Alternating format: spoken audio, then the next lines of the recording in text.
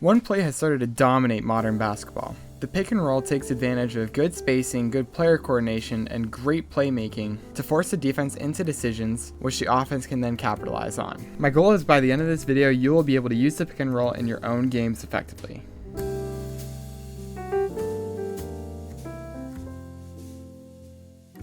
Okay, so the first way we're going to go over to defend this would be to just switch the screen. It's the most obvious choice to simplify the defensive scheme and try to give up as little advantage as you can. However, we will be looking at what the offense can do to take advantage of this. The first thing is that you'll get a mismatch advantage where a big is usually guarding a smaller guard. As you can see here, that's what happens with Peyton Pritchard, which leads to an easy bucket as help side defense has to come, which gives Pritchard the easy pass to make. Here's another one where the switch creates a mismatch with a big on a guard. The main reason that switching is only a coverage that some teams can run is that if there is a significant gap in athleticism and speed between the big and a guard on the same team, then the offending team will exploit that gap by using pick and rolls to create ideal matchups like this one. Another problem with the switching coverage is that it allows the big to get good position on whoever switches onto them. In this case, we can see Pascal Siakam get a great steal on Peyton Pritchard, which was created because Peyton Pritchard wasn't in the correct position whenever the switch was happening.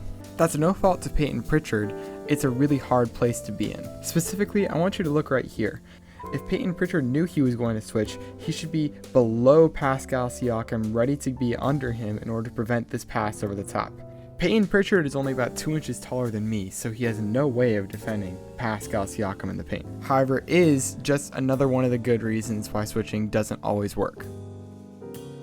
Another ridiculous, stupid coverage that NBA teams have started implementing is drop coverage. This is whenever the big sags back all the way to the paint. And I know what you're thinking. NBA coaches must have been thinking, what should I do with my hyper athletic and mobile centers who are some of the most athletic players in the world? Oh, I know. I should have them sit all the way in the paint and just give the guard holding the ball a cakewalk to the elbow for a pull-up jumper. It's obvious to see what the main advantages and disadvantages of drop coverage are. The advantage is that it takes away pressure at the rim. If you're guarding someone who can't shoot, then it might be a good coverage. However, in this day and age, almost everyone can shoot. So if you run drop coverage, you run the immense risk of giving up open looks to the rim on pull-up jumpers. So if you don't really get it yet, if you see drop coverage, pull it immediately. And if you still don't see the opportunity to pull it, re-screen, try again, because that big is not moving. Sometimes, however, the guard covering the ball screen is hypermobile and able to get over the screen fast enough to prevent the shot. If this is true, or if the person handling the ball can't shoot, another option that teams have been running is called a pick and pop, where the big setting the screen pops out to the three-point line to get an open three. Because the defending big in drop coverage tends to give up the open shot to the big, this also leads to open shots through drop coverage. Here we're going to look at an example of what happens whenever the big doesn't do anything to stop the ball handler's drive. As you can see, the defender of the ball handler tries his best to get over the screen to prevent the shot, but that just leaves him in an unadvantageous spot in order to defend the rest of the drive. If none of the defending team help on this drive, it is a very good way for ball handlers to get downhill to score. Another counter to go over is if you see the defender leaning as they are here, that's a good indication that you don't have to use the screen and you can instead take advantage of the leaning defender to create a drive downhill too. So the most common and effective way to guard the pick and roll has been to hard hedge.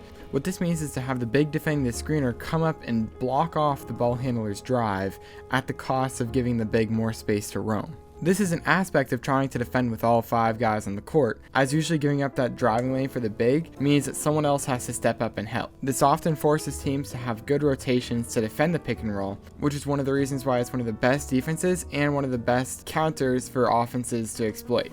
As we saw in the last clip, one of the counters to the hard hedge is to pass through the gap created by the 2 defenders. However, it is of utmost importance to understand how this impacts rotations and team defense. In this clip, we can see that on full display. By passing through that gap, you create a 4-on-3 advantage, which means the defense has to do something. The importance of having a good passing big man is that they'll be able to make the read in this situation and pass to the open man.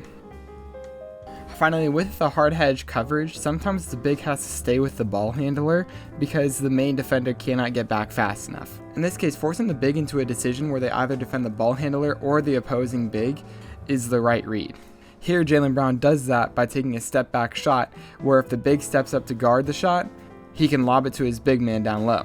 If the big doesn't step up for the shot, as they don't here, then Jaylen Brown just takes the shot. Another coverage that teams try to use is called the blitz, where both players, both the screener's defender and the ball handler's defender, rush the ball handler in an attempt to make a mistake. The goal of the ball handler then is to either split through the double team or get the ball out of his hands and pass to someone else. The point of the blitz is to usually take the ball out of the primary ball handler's hands and force the offending team into making decisions they're not comfortable with. So looking at this clip with all of that in mind, we can clearly see that as the pick is being set, both defenders will jump out right here and attack the ball handler. Then the ball handler passes it away, and that leaves the defense into a 4-on-3 situation, and the offense takes advantage. Another way to get through the double team is to do what's called splitting the double, where as the pick's set and two defenders go to the ball handler, you can throw the ball between the gap that they create. Usually whenever teams double team, they'll leave that tiny gap there. So if you're confident in your ball handling skills, you can exploit this by splitting the double. However, it's usually a lot easier said than done, so that's why teams just pass over the top. Thank you guys for watching. If you enjoyed the video, please subscribe. I think you'll look and be surprised by how new this channel is. If you really liked the video, you can also like and comment. It does great things for the algorithm. If you got any other ideas for videos I can make, please let me know in the comments. Other than that, y'all, have a good one.